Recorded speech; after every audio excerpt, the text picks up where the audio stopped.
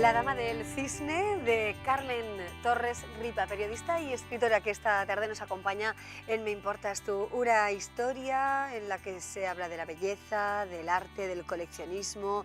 Bueno, se entrelazan las historias. Carmen Torres, ¿qué tal estás? Bienvenida. Muy bien, buenas tardes. De estar aquí. Gracias por acompañarnos, Carmen. Bueno, una nueva novela, historia de mujeres fuertes, de mujeres con talento, ¿no? Es mi obsesión, digamos. Siempre quiero que la mujer sea lo más importante, porque como mujeres nuestra aventura es un poco complicada a lo largo de la historia. Entonces cuando escribo, pues siempre me miraré en tus ojos, en los ojos de otra mujer, para transmitir ese mundo interior que llevamos. Cuéntanos la historia que narras en La dama del cisne. ¿Dónde Pues está ubicada y la cuáles son sus historia principales protagonistas? está ubicada principalmente en Florencia, porque elegí a Leonardo da Vinci. Leonardo da Vinci en el Renacimiento era el hombre más guapo de Florencia, según sus biógrafos. Entonces ese hombre tan fascinante, pintor, músico, inventor, pensé que necesitaba una mujer muy especial, una mujer que fuese compañera suya, que fuese inteligente, que fuese también su musa. En torno a estos dos personajes he escrito una historia que mezcló la realidad y la fantasía, la historia y el sueño, y los personajes van y vienen del Renacimiento a ahora. Sí. O sea, es pasado, presente. Sí, porque pienso que cuando escribes, al lector lo que le gusta es tener algo cerca, porque dices el Renacimiento, está muy lejos. Entonces, no, le estás hablando de Londres actual, le estás hablando de Florencia, de los sitios que él puede conocer o ha conocido. Claro, sería un libro para amantes del arte y por otra parte para quienes disfrutan con las intrigas. Pienso que las dos cosas, porque el arte está muy presente en toda la novela, mucho, o sea, es como el alma, pero la intriga también, porque pienso que si no buscamos algún misterio, nos cuesta mucho seguir un libro. Y yo pensé en unir esta realidad con el sueño y buscar personajes, pues como por ejemplo Eric el belga. Efectivamente, me gustaría hablar un poquito más de este personaje, ¿no? Eric el belga, al que agradeces además al final de la obra. Yo recuerdo a Eric el belga muy especialmente porque fue el ladrón, efectivamente, de los esmaltes del retablo, ¿no? De San Miguel de Aralar en el año 80, 82. Sí, no hace tanto, sí. Bueno, pues yo según estaba escribiendo la novela, notaba que necesitaba un ladrón. Y además que fuese un falsificador. Y lo típico que hacemos los periodistas, yo me metí en internet buscando un falsificador de arte y continuamente me salía el mismo, Eric el belga, Eric el belga, Eric el belga. Y digo, pues yo tengo que buscar a este señor, Eric el belga, ¿dónde está? Y casualmente vive en Málaga. Y tengo dos hermanos en Málaga y entre todos conseguimos encontrar a Eric el belga y yo me fui a Málaga, estuve con él, nos cenamos, comimos y me contó un montón de cosas del mundo del arte que yo desconocía y al final le pedí, ¿puedo utilizar tu nombre real? Y me dijo sí. Claro, cuento su vida real y luego le meto en la dama del cisne, ¡buah! Ya, no te quiero ni contar. Claro, los viajes son un capítulo importantísimo en tu vida, Carmen, porque has escrito muchísimas guías, ¿verdad? Y además creo que viajas a los lugares que luego muestras realmente en tus obras, ¿no? Sí. ¿Qué importancia tiene para ti el viaje? ¿Qué supone viajar a los escenarios de las obras que escribes? Es fundamental, porque mientras escribes hay cosas que puedes imaginar, pero otras no. Si no las has visto, si no has sentido el aire, el rumor del agua del río, pisar las calles, todo eso para mí es muy fundamental. Y mi experiencia como guía de viajes, he escrito también Navarra, entonces como en esa experiencia te acostumbras a cómo ubicar los sitios, cómo moverte, cómo llevar al lector a esos sitios concretos que vas narrando. ¿Qué tiene que ver esta obra con tus anteriores, La mujer de las 9 lunas y Leonora? Pues aparte de que vuelvo a usar mujeres importantes, políticamente incorrectas, Leonardo es como una Hildegard de Bingen, como la mujer de las 9 lunas de mi novela, porque cuando yo estaba escribiendo de Hildegard pensaba que ella era una mujer del Renacimiento, en la Edad Media, y instintivamente me venía la idea de Leonardo. Y continuamente Leonardo, y al final cuando dejé a Hildegard, que es un tema que a los escritores nos cuesta mucho dejar nuestros personajes, y es como si a ellos les costase y a mí también. Entonces tenemos que caminar ya solos. Y yo creo que Hildegard me llegó a su continuación, que era Leonardo. Carmen, ¿qué hay de periodismo también en esta obra, ¿no? ¿Cómo es el tránsito del periodista a escritora? ¿Qué tiene la literatura de ficción respecto al periodismo? ¿Qué complemento encuentras? Yo creo que todo. Primero, te enseña, o sea, profesionalmente te enseña mucho el escribir, ¿no? Y después, pues, que llegas sin darte cuenta. Yo recuerdo que vi las bases del Premio Planeta y escribí una novela, Junio, da vergüenza decir, pero es cierto, como en 15 días, porque yo quería presentarla. Pero además una insensatez por mi parte, totalmente. Pues quedé la tercera. Entonces esto me dio mucha seguridad y pensé, si era autobiográfica, y pensé, si he sabido hacer ¿Contabas una parte cosa, de la vida de tu familia? Porque eres no, madre mía. tuya propia, ¿no? Sí, porque también tengo unas cuantas historias, ¿no? Entonces pensé, si he sido capaz de escribir realidad, ¿seré capaz de escribir ficción?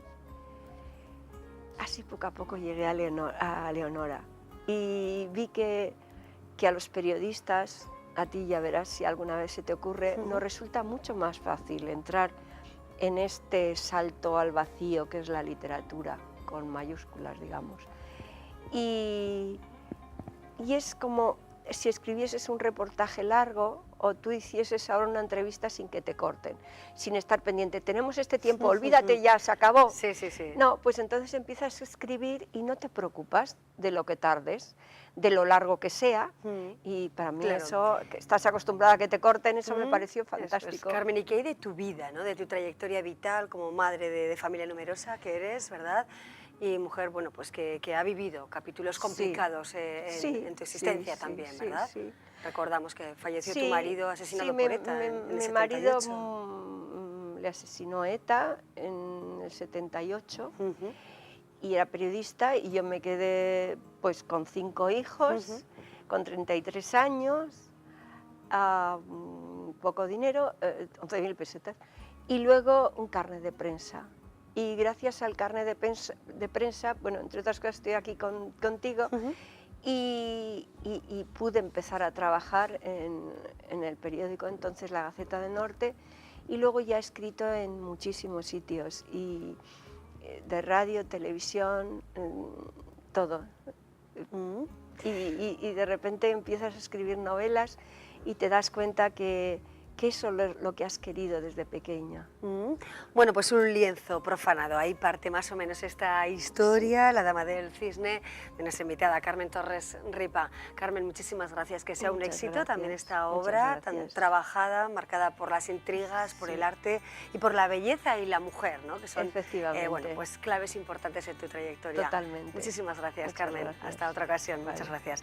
Bueno, nosotros seguimos ahora mismo, las 5:11 minutos, ya saben, continuamos en directo y vamos de un tema a otro. Ahora nos situamos en el lugar de la suerte, podríamos decir así. Ahora van a ver imágenes porque el complejo Castejón y la Bruixa d'Or, la Bruja de Oro, se han unido para presentar la tercera edición de la denominada Gorda de Navidad. Esta iniciativa se posiciona como una de las mayores cestas navideñas de España. Atención, repartiendo un premio valorado en más de 230.000 euros, que incluye artículos de primera necesidad como 10.000 euros en ropa para toda la familia o 5.300 euros en alimentación, así como coches, viajes y otros regalos de ocio. Ayer Jesús Berisa, gerente del complejo Castejón, y Xavier Gabriel, propietario de la Bruixa d'Or, eran los encargados de presentar todas las novedades de esta tercera edición en una comparecencia que tenía lugar aquí en la capital navarra. Todas esas novedades, como les decimos, los regalos de esa archiconocida cesta la Gorda de Navidad.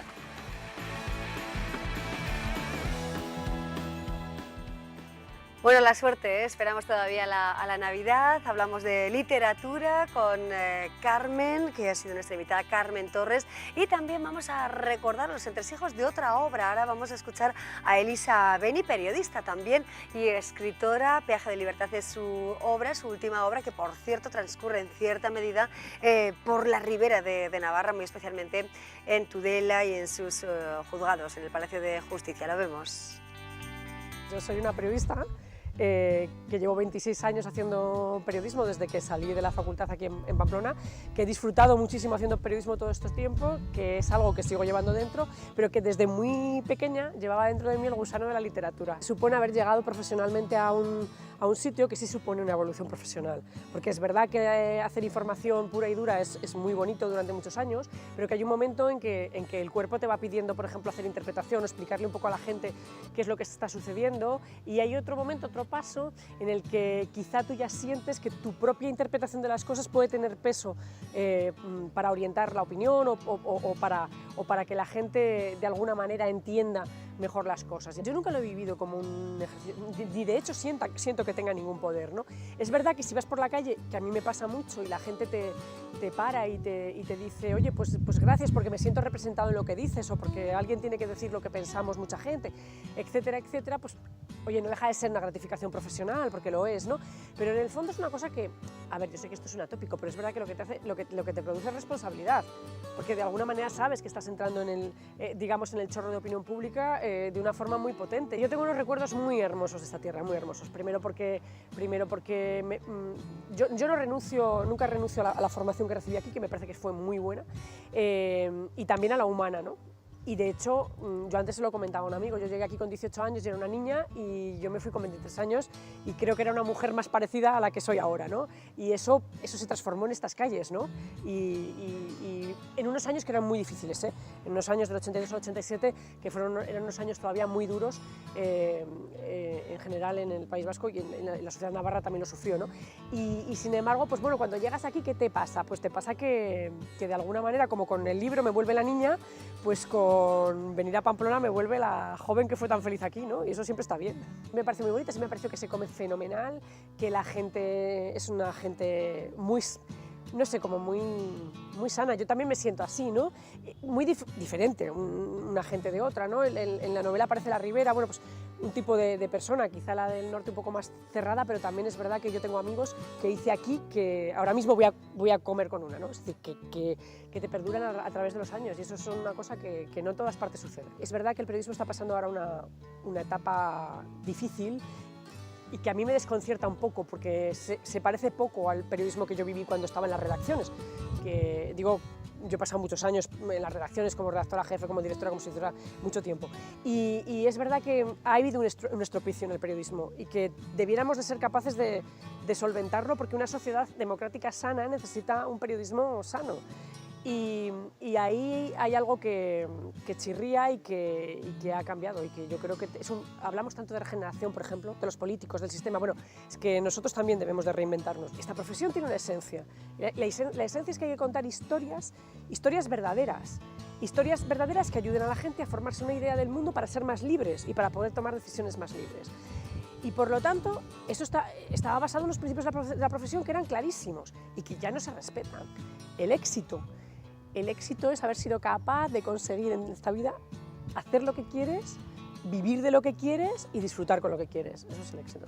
Peaje de Libertad es un thriller judicial que yo he querido que sea vertiginoso y que cogiera al lector y le arrastrara conmigo desde el principio, desde que dos cadáveres medio descompuestos aparecen en las Barranquillas, que es un poblado marginal de Madrid, hasta el final, ese final que no voy a contar, claro, porque no voy a hacer spoiler, y llevarle conmigo atrapado hasta el final, de una forma rápida, vertiginosa y yo creo que extenuante. Y creo que lo he conseguido. Y en segundo lugar, como toda buena novela negra y como todo buen thriller, retrata también las entrañas de la sociedad a la que pertenece. Y entonces ahí también he querido coger al lector, agarrarle por la solapa y decirle, ven conmigo que voy a levantar para ti esta tapa de cómo es el poder en España, de cómo es la justicia en España, de cómo la política quiere trastear al Poder Judicial, y ven conmigo y lo verás conmigo desde las tripas. Y eso también lo hago dentro de la novela. La inspiración, pues probablemente de mi amor por la novela negra y policíaca, que lo he tenido siempre y nunca me he avergonzado de reconocerlo, y de conocer muy bien ese mundo por dentro, ¿no? O sea, me apetecía contar una historia potente que pasara dentro de esas bambalinas a las que es muy difícil acceder y en las que yo he tenido bueno, pues el privilegio, porque conocer mejor las cosas siempre es un privilegio, y más para un periodista, pues que yo he tenido el privilegio de conocer. Lo cierto es que es tan así que a mí Navarra me gusta mucho, que hay 3 capítulos de la novela que suceden en territorio navarro. Es decir, hay un momento en que la juez Aldama, para seguir sus investigaciones, ella en persona, eso es algo que en el procedimiento español se puede hacer, se desplaza hasta Tudela para proceder a unos interrogatorios y hacer unas investigaciones allí. Entonces ella se aloja en un hotel boutique que hay en Las Bárdenas, que existe realmente ese hotel, y ahí sucede una de las escenas más entrañables probablemente, o sea, que a la gente más le gustan de la novela, que es una conversación entre el juez de Tudela, entre Bernardo Vergara, que es un juez viudo ya mayor a punto de jubilarse, y la juez joven que ha venido de Madrid, en la que hablan sobre cómo es esto de juzgar, el dedicarse a juzgar y hasta qué punto te desgasta o no. Es una conversación que tienen muy, muy bonita y muy entrañable, ¿no? Y luego pues hay un inspector de policía judicial, que es el que lleva el caso para la juez Aldama, que también viene con ella y que en colaboración con sus compañeros de la Jefatura Superior de Pamplona, pues realiza también pues unas pesquisas aquí en Pamplona. ¿Que por qué lo he hecho así? Porque necesitaba usar una entrada por el Pirineo desde Francia, y de todas las entradas posibles, pues claro, elegí la del sitio al que más cariño tengo y que más me gusta, que es Navarra, y por eso hay 3 capítulos que suceden aquí. En líneas generales, mayoritariamente los jueces son grandes esforzados.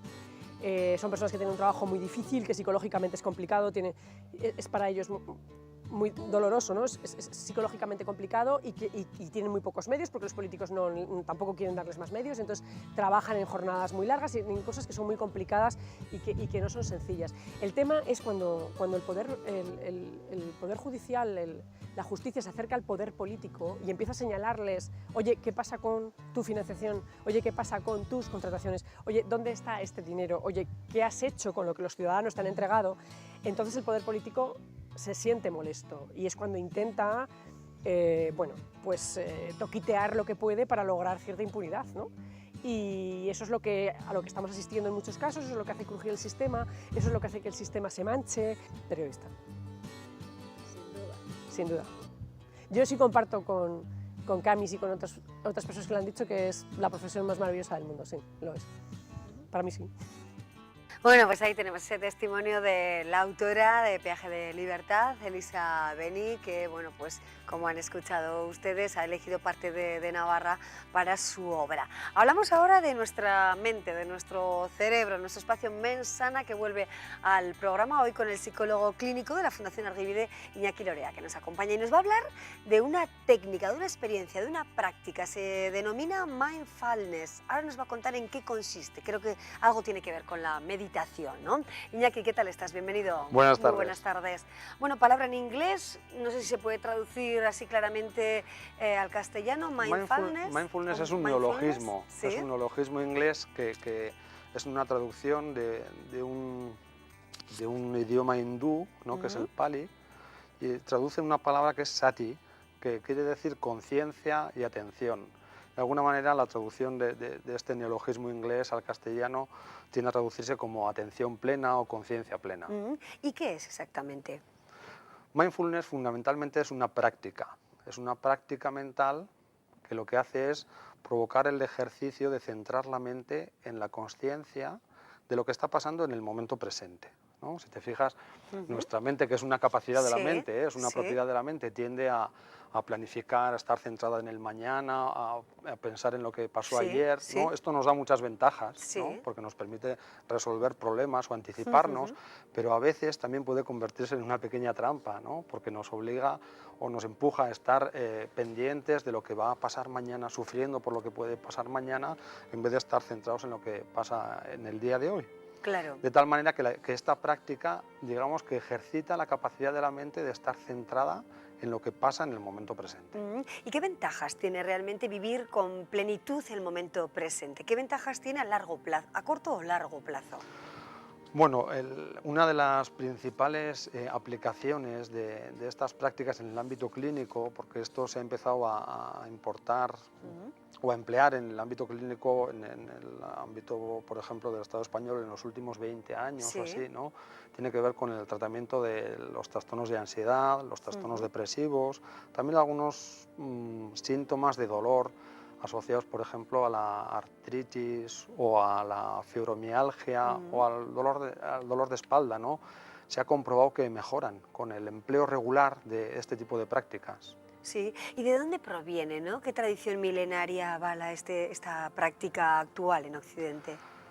Pues la práctica de mindfulness se importó, como te decía antes, en los años Sí. 80, ¿no? A los Estados Unidos, y es una práctica de meditación budista, ¿no? Que parece que se practica desde hace unos 2500 años, Sí. en las tradiciones de meditación oriental.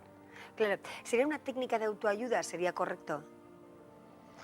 Bueno, es una técnica, más que una técnica, podríamos decir que es una capacidad que todos tenemos en algún grado, ¿no? Sí. Todos tenemos en algún grado esa capacidad de poder estar en contacto con uno mismo, de poder observar qué es lo que sucede en el momento y de poder tratarnos bien, ¿no? Porque mindfulness también tiene un componente muy importante de tratarse bien a uno mismo, de tratarse con amabilidad, ¿no? De aceptar las cosas que suceden como lo están haciendo, y de no juzgar la experiencia, ¿no? Claro. Bueno, hay voces que critican o ponen en cuestión esta técnica, ¿no? Hablemos también de la falacia del mindfulness. Mira, yo he de confesar que al principio también lo veía como con un cierto recelo, ¿no? Pero después, conforme me fui acercando a ello, uno de los datos que me parece que más respaldan el uso, ¿no? Y la eficacia de esta técnica es la investigación científica, ¿no? La investigación científica en los últimos 10 años se ha interesado enormemente por los efectos de esta técnica, por cómo trabaja, para qué sirve, para qué no sirve, por cómo modifica la función del cerebro con su práctica continuada, y hay un caudal importantísimo de datos de investigación que avalan que funciona y es eficaz para tratar síntomas de ansiedad, la prevención de recaídas en los trastornos depresivos y algunos síntomas como el dolor. Claro, hay rigor científico, por tanto, ¿no? Esto es. En esta técnica. Bueno, contamos hoy con Celia en el programa, que ella nos va a ayudar un poquito a ver cómo se trabaja, ¿no? esta técnica con ayuda de la respiración realmente, ¿no? Celia, ¿qué tal estás? Hola, ¿qué tal? Bienvenida. Buenas tardes. Bueno, Iñaki, cuéntanos, bueno, ayúdanos un poquito a conocer un poco más, y Celia va a poder respirar como tú le indiques. Me gustaría que hiciéramos una práctica también en el programa. Muy bien. Mira, para ayudarle a centrar la mente en el momento presente, utilizamos un estímulo, un cebo, ¿no? Que es un estímulo que siempre está presente, valga la redundancia, en el momento presente, que es nuestra respiración, ¿no? Entonces lo que vamos a hacer con Celia, que muy amablemente se ha prestado a ello, es hacer una pequeñita práctica donde vamos a pedirte, Celia, que observes un poquito tu respiración, ¿vale? Lo primero que quiero pedirte, Celia, es que te sientes así, de tal manera que tú te sientas cómoda y firme a la vez, con la espalda recta, los hombros un poquito echados hacia atrás y las manos puestas así encima de los muslos o en el regazo, como tú quieras. De acuerdo. Puedes hacerlo si quieres con los ojos cerrados, que suele resultar un poquito más cómodo. Vale, ¿los cierro? Sí. Vale. Y quiero que poco a poco vayas centrando tu atención en las sensaciones que observas en tu respiración. No hace falta que respires ni más deprisa ni más despacio que lo que ocurre tu respiración de manera natural, ¿eh? No queremos cambiar nada, simplemente vamos a observar qué sensaciones aparecen en tu cuerpo mientras respiras.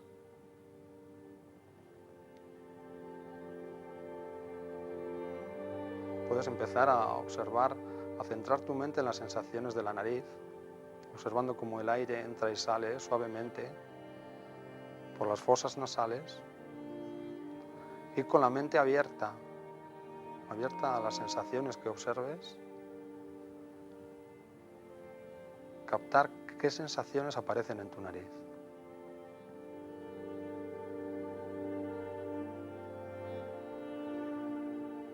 Quizá puedes notar el movimiento de algún pelito de la nariz.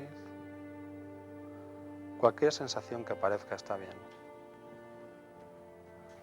Es posible que en este momento tu mente pueda distraerse, pueda estar pensando en otras cosas, pueda venir algún recuerdo, algún pensamiento. Esto es absolutamente normal. En esta práctica lo que quiero pedirte es que observes qué es lo que aparece en tu mente, si tu mente se distrae, y después suavemente lo dejes pasar y vuelvas tu atención a observar la respiración.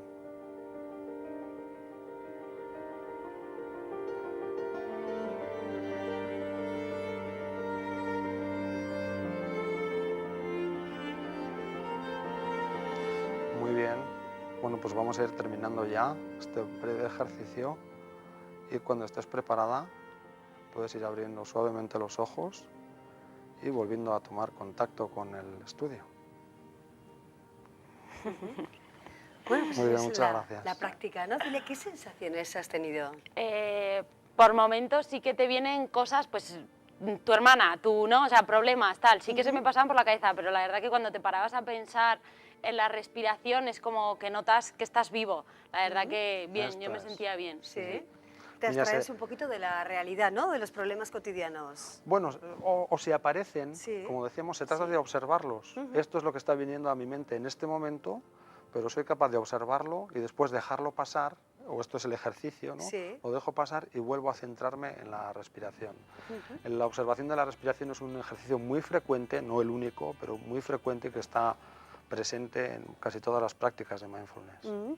Nos parece muy interesante. La verdad es que seguiremos tratando este tema otro día con otros detalles, las posibilidades, ¿no? que tiene nuestro cuerpo para bueno, pues conectarse mejor, ¿no? También con la mente. Iñaki Lorea es psicólogo clínico. Muchísimas gracias, Iñaki, Gracias a por vosotros acompañarnos. por la invitación. Y muchas gracias a Celia Doña, que nos ha ayudado también a comprender un poquito más la práctica. Gracias, Celia. A ti. Hasta luego. Bueno, seguimos adelante. Vamos a ver ahora qué está pasando en Navarra. Nos cuenta las noticias Ricardo Beitia. ¿Qué tal? Buenas tardes. ¿Qué tal, Amaya? ¿Cómo estás? Muy buenas tardes. Para el Gobierno de Navarra, el acuerdo que se alcanzó el pasado lunes entre Montoro y los populares navarros no tiene relevancia, sino que se trata de una reunión interna y así al menos lo ha dicho el propio portavoz del Ejecutivo en sala de prensa. Así que el Ejecutivo navarro va a esperar a lo que salga de la reunión del día 30 para dar autenticidad a los acuerdos en referencia al IVA de Volkswagen. Respuesta institucional, por tanto, a ese acuerdo de los populares y del Ministerio de Hacienda, donde se anunciaba rebajar esa cifra de 1.500 millones de euros que reclama el Estado a Navarra a 25 por año, en torno a unos 125 en total.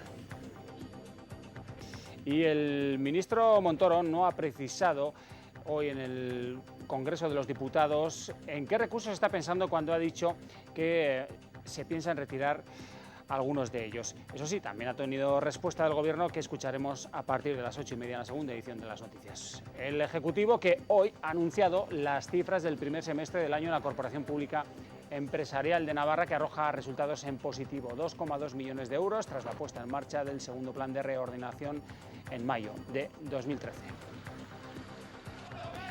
Bueno, pues estas son las protestas que se están desarrollando, comenzaron a desarrollarse ayer en la sede del Partido Popular en Génova, en Madrid, tras la retirada de la polémica ley del ministro Gallardón, que dimitió del cargo, nada más conocerse esa retirada. Y Baluarte, que acoge una nueva edición de Aristellas, jornadas de la Fundación Navarra para la Excelencia encaminadas a las buenas prácticas. Hoy se han centrado en la excelencia operacional y se ha conocido la experiencia de empresas japonesas. mediados del próximo mes de octubre podría presentarse al Gobierno de Navarra el nuevo plan encargado por la gestora de Osasuna a los asesores externos, un plan de viabilidad que podría acabar en el Parlamento.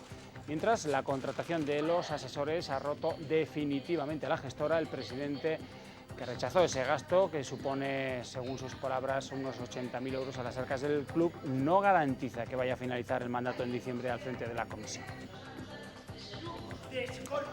Y el Gallarre de Pamplona, que cierra su programación de verano con la representación, era un 7 de julio, obra ganadora del tercer certamen para la selección de textos sobre las fiestas de San Fermín.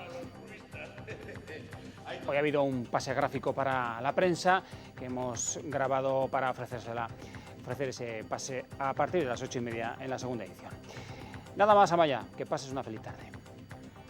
Muy bien, Ricardo, muchísimas gracias. Segunda edición de informativos. Iremos contando más noticias que surjan a lo largo de toda la tarde. Ya saben que tenemos en marcha nuestro concurso de Baluarte, ¿verdad? Y que tenemos a María José al teléfono. Creo que tiene la respuesta, espero que sea correcta, a nuestra pregunta de hoy. Atención, recordamos, para los servicios litúrgicos de la Iglesia de Santo Tomás escribió Juan Sebastián Bach su oratorio de Navidad. ¿En qué ciudad alemana se encuentra esta iglesia de Santo Tomás? María José, que nos llama desde Pamplona, ¿verdad? ¿Qué tal, María José? Buenas tardes. Hola, buenas tardes. ¿Cómo estás? Muy bien. ¿Bien? Sí. ¿Amante de la música de Juan Sebastián Bach, por ejemplo?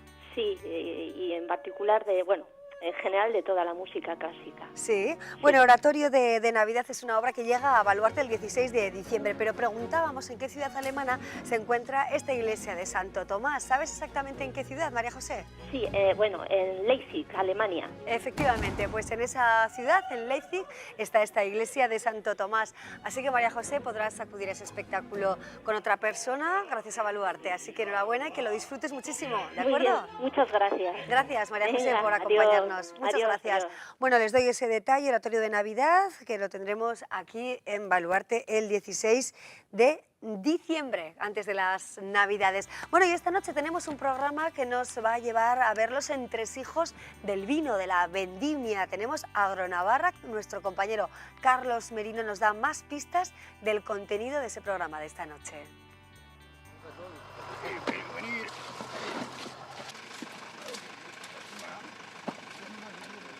Y aquí, en cuanto que viene, se les dice lo primero: oye, si hay alguna uva mala, si tenéis alguna duda, avisar al que sabe y no sabéis, porque hay chicos que no han cortado una uva en su vida, que son primerizos, entonces vienen a cortar, están trabajando y hay que decirles lo que tienen que hacer y cómo lo tienen. Como ya nos conocemos normalmente todos, ya sabemos de sobra lo que hay que hacer. También es verdad que no hay que ser ingeniero para hacer este trabajo. Pues bueno, pues vamos vendimiando.